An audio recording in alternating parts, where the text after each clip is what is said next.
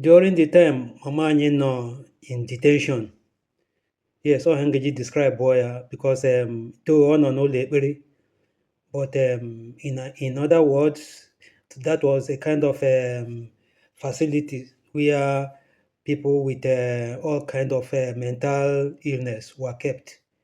So ya wụghị na ọ nọ in detention, there is no way a woman can, or somebody's mother gaji nọrọ, or somebody's wife nọ on chain, ewere chain were mee ya n'ụkwụ, ikekwe ma ya n'osisi. So it was a very bitter experience for my family. When my family, I don't mean the whole of the family. What I mean, the family I meant was my dad, myself, and my sister Stella. So ụmụnne and then Gozo, they were not concerned. They were not part of the grief and the sorrow. So ihe ha megawo echela heshi, that kind of a thing will happen. Everybody enwe opportunity to be able to abstain himself from our father. So not only that Mike and Chinedu and the rest of the children ran off. So it was also a period for my dad to be able to clearly calculate and then quantify the commitment and love from ụmụnna ya ndị ụmụaka ngwụrụ. So like as I said, to the best of my own knowledge, ndị m mara na awụ ndị ụmụaka ngwụrụ shola appearance na that church wụ Anute, may God bless him, and Ada Ademanga, may God bless her wherever she is today. So ọbụla mana abụọ, and ndị akwụkwanụ ebe anọkwanụ he resident ha nọ not more than 50 or 100 meters from from the church ebighị ndondo. So ya wụrụ ma agala hishi ọtị gba transport were bịa, probably they wouldn't have shown their faces there. And as it was at that time, no other member of Umofakaja, ndị hina papa meja ejukọta ọnụ na-eme meeting, showed their faces there to come and see how our dad was coping with the situation that he found himself. So not only the members of Umofakaja did not show their presence, then ndị a ga-esi na ọwụ ndị imene m, even though enweghị m imene. So ndị ahụ mama m eji agbakwuje eje na-ebi ego, je na ya akwụ ụgwọ school fees Mike na Kechinedu, ndị umoye I'm talking about now, people like Open Fade Obi, he used to live somewhere at Ilasamaja, and some other people kwa ndị umoye, ndị nke mma, I can't remember their names now, but ebighị somewhere at Lawansin. So o nwere kwuru otu nwoke ọzọ akpụkwa Open Jonathan. So ndị a ndị mama m mere, because the situation mama m nọ at that time who somebody who was an orphan, so was a kind of trying to encircle herself with people, with friends. I'm not talking about blood relatives, because not around there onwe nke nwere blood connection with my mom. So my mom was an orphan, papa was an orphan. So onweghị anybody oshi ụmagangwuru ọbịara n'isha ya nwere asajo, onweghịkwa anybody shikwanụ n'ebe umoye ma ọnụmụnam bịakwana n'isha ya nwere a Celine. So nobody came. So my father was all to himself. So that period of the illness, our mother, was a kind of way to be able to open my eyes to know that truly, because before that time, like as I said in one of my videos, ejimano neji na elegete bread mama ya na mana hụ ndị ụmụfaka ji ha na-across. So because like as I said, Itire at that time was predominated by people from Umagang, I mean from Ngunu. So ị ga-ahụ some of our kindred members ndị ha na papa m duchara inside the meeting the previous Sunday. So ya ruo dịka Tuesday, Wednesday evening, you see them walking in front of my father's house to go and see some friends and then return back. So ngaje mbaji mulo mashi papa ahụrụ m ope m onye dịkpa sashi m anwagani branch bịa m adat na ya nọ hia ọhụkpa ojadi igodo ma ọkpụchi ya fu. So, and from there, during the time of our mother's illness, so all those things came to clear, I mean, for me to understand the truth in what my father has tried to explain to me. So, papa anya, mama anya anọchala na Christ Army na-ata ahụhụ, my dad na-ata ahụhụ, mụa na-ata ahụhụ. Stella nọ in her own situation. She at a certain stage she abandoned the care of our mother. So papa m ga-anọrọ ahụ na erucha, there is no gbacha gray, there is nowhere for my dad to be able to go home and to take shower and then shave himself before he returns. To do that was very, very difficult, except if I return to the church, man nothing guy, she papa m go home, go and then freshen up and then return back to the church. So I became like somebody because I was not different from the situation my mom nọ because I couldn't want to. There was no way I could be able to shift an inch from my mom. I lost every right. Yeah, and I'm teenage. I was able to have my right as a teenage and then be able to play with friends, go out, party, see, do all kind of things. All those things was completely eroded from me. So all I did was to start at Christ Army Church from week to week, month to month, and keeping vigil of our mother to be able to allow my dad to be able to go home and then freshen up. So adịghị nwanne mama anyị ọ bịara bịa ka ashi ayawo nwere aselin, not from Umoye. Mshi Umoye onwe ndị ọzọ anyị mara na Umoye ọkakwa people from that Ogu family. So Ogu family a na-ekwu okwu ya ụmụ Ndana na Kilion na da Letitia na ụmụnne ya Opendos and ha nobody came. So ọ jikwana papa m isi ọ dị mkpata ngwere daa olulu maka ndị ụkwụ ya. So and nga ahụkwanụ this year na-ebutokwanụ na ya bịa doo m anya lekwa condition mama m nọ n'ime ya, and amara na something was telling me clean that na visitor ahụ anyị bịara that night nwere something to do with the health of our mother.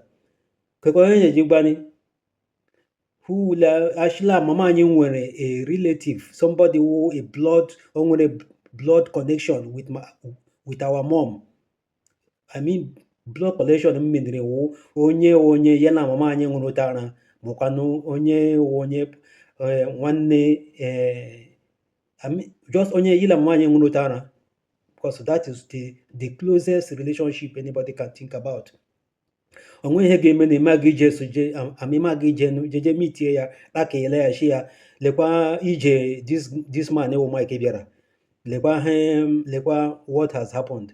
So ha enwekwana ike lekpagaghị eji were ji gbakwasị ụkwụ begin to investigate, because emecha investigate from that investigation ya nwere ike mata whether ma nwere ike na-eme Mike allow to drop in that money for the benefit of our mother or for the purpose of our mother's caretaking or not, because ọ dịghị right iwere kwa ego ahụ were bịa na-eweta ewere ya ji na-efidi our mother werekwa ji na-etreti ya.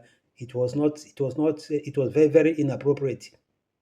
But here I am, or here I was in that situation. Onwe anybody nwere ike imite n'iwe onye Umoye, because my mother had nobody. Adịkwanụ ndị kenokwana anọ were not showing their concern. They were not connected at all because my mama adịghị nwanne ha. So ndị ka ụmụnna mkpanụ adịkwa na anybody from papa ya na mama ya nwụ na there was no reference to anybody that will say anyị amara na onye Celine wụ.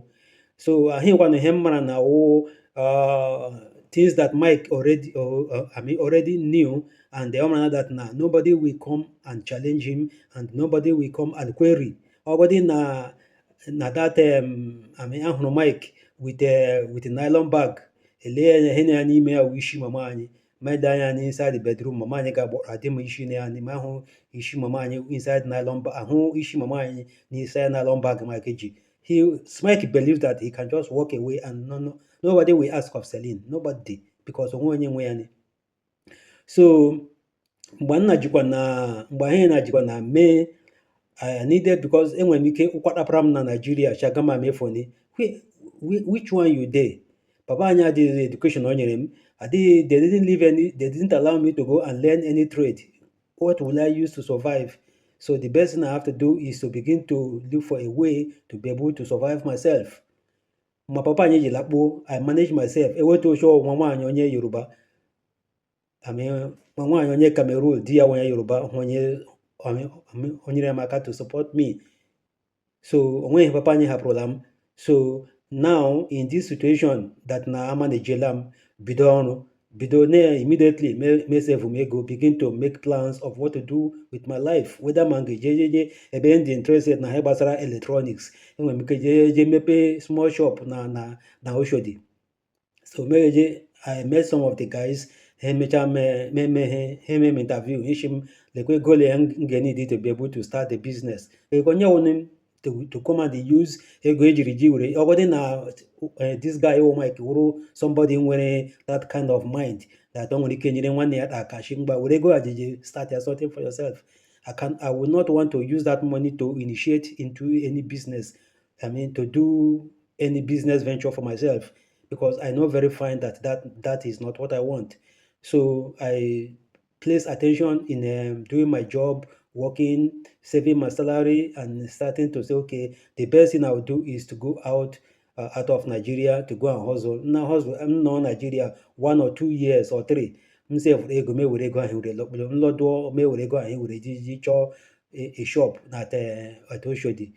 The boys in Dekemma or electronics spare part will put me through on what to do, which I managed to do. I come allow back, we a special topic, Kokwano Otunchiri, Urejiji manage low back to Nigeria with $2,500. Okay, Mike, he didn't give that money back to me as I'm sitting down here and talking today. Here, 2025. ahụbela m tọrọ shishi n'ego ahụ.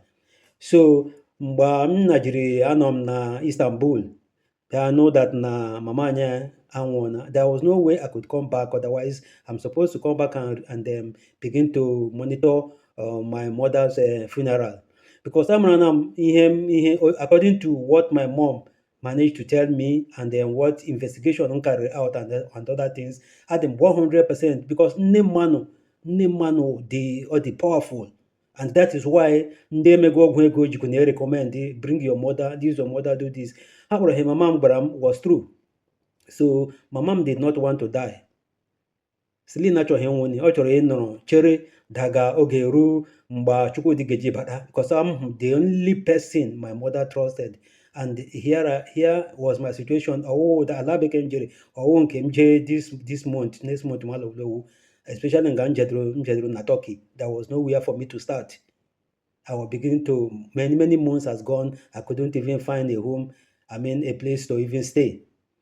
So anọ m na that situation, mama anyị anwụọ. So nga okwu mama anyị gbakwa na m was fulfilled by the fact that na since mama enweghị trust, onweghị confidence n'ebe Mike nọ, onweghị any trust in Mike. So onweghị ihe ga-eme ndị mama anyị ga-eje ureje nwụọ in the presence of Mike alone. So it's not possible. So mama anyị I am confidently sure that mama anyị ga-adị ndụ, no matter how many years ọ ga-take for me to hustle and return back. Lọdụọla ọrụ 1 week ka m ga-anọ mama anyị anwụ, I think I'm satisfied. But mama was in pains and was ọkwa na ihe kpa manager nọ m ihe ike agwụ ya, and my mother was probably tired of waiting. So Chinedu alọbaala na that year, mama anyị anwụ ya n'aka, in a way to be sure that na ebe Chinedu baara, mama trusted Chinedu, and Chinedu was like, he was a snake, and to be able to betray his mother, I mean, for mama to believe that Chinedu is a trustworthy somebody, so yeah, the kind of a person ya like to breathe her last in Chinedu's arms. So, but that was not the case. So mgbe Chinedu jiri bata, I mean, our mother anwụghị n'aka Chinedu. Chinedu conducted the funeral and did everything, and was sure that na mụ onwe m adịkwanụ sure, because I was sure, I was within myself of the judgment that this guy who Chinedu was clean, but Chinedu was never clean. So mgbe nna jiri bịa suspect ma mgbe anya bịa nwe information mgbe a na-eli our mother, ndị Anambra abịa nwee their own section of the congregation, I mean of guests that attended our mother's funeral. So ashighị ihe gbasara secret court, people should know it is legal, it is like it's a religion, and there is freedom of worship, but there must be a procedure. Mama may be introduced as a Catholic, Papa may be introduced as a Catholic, and that is where I met them. So we are not infringement, we are not in any way infringement of anybody's freedom of rights. Adịkwana ihe ga-ime eshon wede eji ime Holy Communion, I mean, any soul will be lost, or somebody's arms or all those kind of rituals will be involved in communion. We worship God in truth and in spirit. So from what I know, I'm confidently sure, and within my heart today, I'm sure that Osu Mamam was not identified inside the grave, because there was nobody from Omunam, there was nobody from Umoye that could be able to open that coffin to confirm that yes, Osu Selin on inside it. There, nobody knows. Thank you for listening.